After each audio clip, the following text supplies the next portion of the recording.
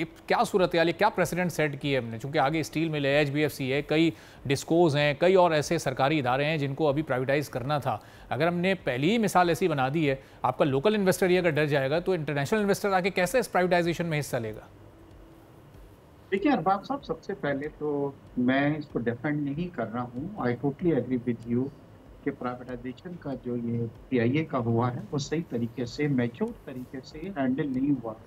But ये concept भी गलत है कि PIA की जो कीमत है वो 10 अरब लगाई गई है, क्योंकि जिस पार्टी ने ये कीमत लगाई थी उसने 200 अरब की रिस्पॉन्सिबिलिटीज थी जो इसके पर हमारी थी, बैंकों के कर्जे थे, वो भी उसने इसके साथ लेने को कहा था। तो टोटल 210 बिलियन जो है वो उन्होंने एक तरह की इसकी बोली लगाई थी। सही, यानी टेक्निकली 210 अरब की वो बोली हो गई।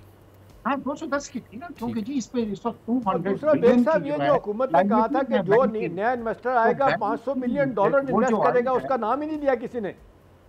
नहीं जी, मैंने उनको सुना है और उन्होंने खुद ये कहा है कि सर ये बोली 10 की नहीं है, क्योंकि 200 बिलियन की जब हम ले रहे हैं तो उसका मतलब है कि 210 जो है वो हमारी आ रही है। अब आ जाइए जी, देखिए सबसे बड़ी प्रॉब्लम हमें ये आ रही है। कल ही मैं, क्योंकि मैं खुद कॉलम भी तहरीर करता हूँ, मैं कॉलम तहरीर कर रहा था, इस वक्त 7,000 तो हमारे मुस्तकिल एम्प्लॉयज हैं और 3,000 हमने कॉन्ट्रैक्ट पे ले रखे हैं, 10,000 हैं।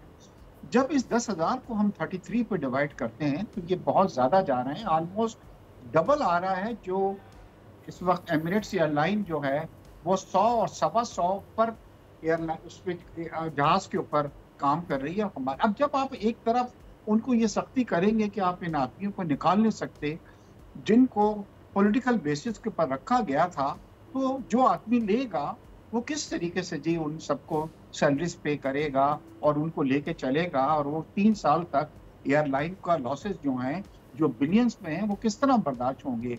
तो मेरे ख्याल से इस वक्त जरूरत इस बात की है कि दोबारा, मिनिस्टर साहब ने भी बड़ा अच्छा कल बयान दिया है, उन्होंने भी कहा है कि हम इसको दोबारा रिव्यू करेंगे और देखेंगे कहाँ पे। मैं परसों जी एक और इन्वेस्टर से उनके साथ बैठा हुआ था और उनसे भी हमारी यही बात हो रही थी कि शुरू में वो बहुत एक्टिव थे, आरिफ हबीब साहब, और बाद में उन्होंने हिस्सा नहीं लिया। तो जी सबसे बड़ी जो परेशानी आ रही है लोगों को, वो एम्प्लॉइज की बहुत ज्यादा आ रही है, क्योंकि और देखिए हुकूमत भी अपनी जगह सही है। साहब थोड़ा सा शेयर्स का भी प्रॉब्लम था ना, क्योंकि आरिफ हबीब साहब से बात हुई थी मेरी प्रोग्राम में, तो वो चाह रहे थे कि 70 to 75% से ज्यादा के शेयर्स वो खरीदने में दिलचस्पी रखते थे, जबकि हुकूमत तो 60% से ज्यादा बेचने में तैयार ही नहीं है। इसमें हुकूमत का इंटरफेरेंस जो है वो खत्म हो जाए, क्योंकि कल जो आदमी लेता है और हुकूमत के पास एक बड़ा परसेंटेज है और वो कहती है कि नहीं जी आप इन एम्प्लॉयज को रिटेन करेंगे तो आपकी फैसिलिटी तो इधर ही खत्म हो जाती है। अरबाब साहब ये बताना चाहता हूँ कि इसमें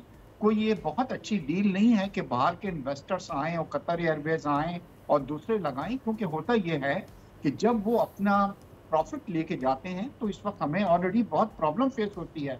आपको पता है कि इस वक्त कोई 2 और 3 बिलियन डॉलर के करीब जो है रिमिटेंसेस हो रही हैं, जो डिविडेंड हैं, जो प्रॉफिट्स हैं। अगर कोई पाकिस्तान की हमारी पार्टी है, ये कंसोर्शियम है और वो इसको लेके चला रहा है, तो कम से कम वहाँ पे हमें एडवांटेज ये भी मिलेगी कि वो अपना प्रॉफिट मुल्क से बाहर डॉलर के अंदर जो है वो लेके नहीं जाएगा। और पाकिस्तान में अच्छे बड़े लोग हैं जो करने को तैयार हैं। तो मेरे ख्याल है कि ये मुश्किल फैसला जरूर है और ये एक टेस्ट भी है हुकूमत पाकिस्तान के लिए, क्योंकि IMF का बहुत ज़्यादा हम पे प्रेशर है कि किसी तरीके से तमाम वो इंस्टीट्यूशन जो लॉस मेकिंग के अंदर चल रहे हैं उनको आप किसी तरीके से प्राइवेटाइज करें।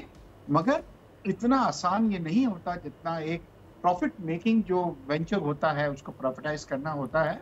तो मुझे पूरी उम्मीद है इंशाल्लाह कि इसको दोबारा से रिव्यू करके इसको, और दोबारा से ये जो 5 बिडर्स थे अब वो इंशाल्लाह आप देखेंगे कि दोबारा आगे आएंगे। ठीक है, सब्सक्राइब करें और बेल दबाएं ताकि कोई खबर रह न जाए।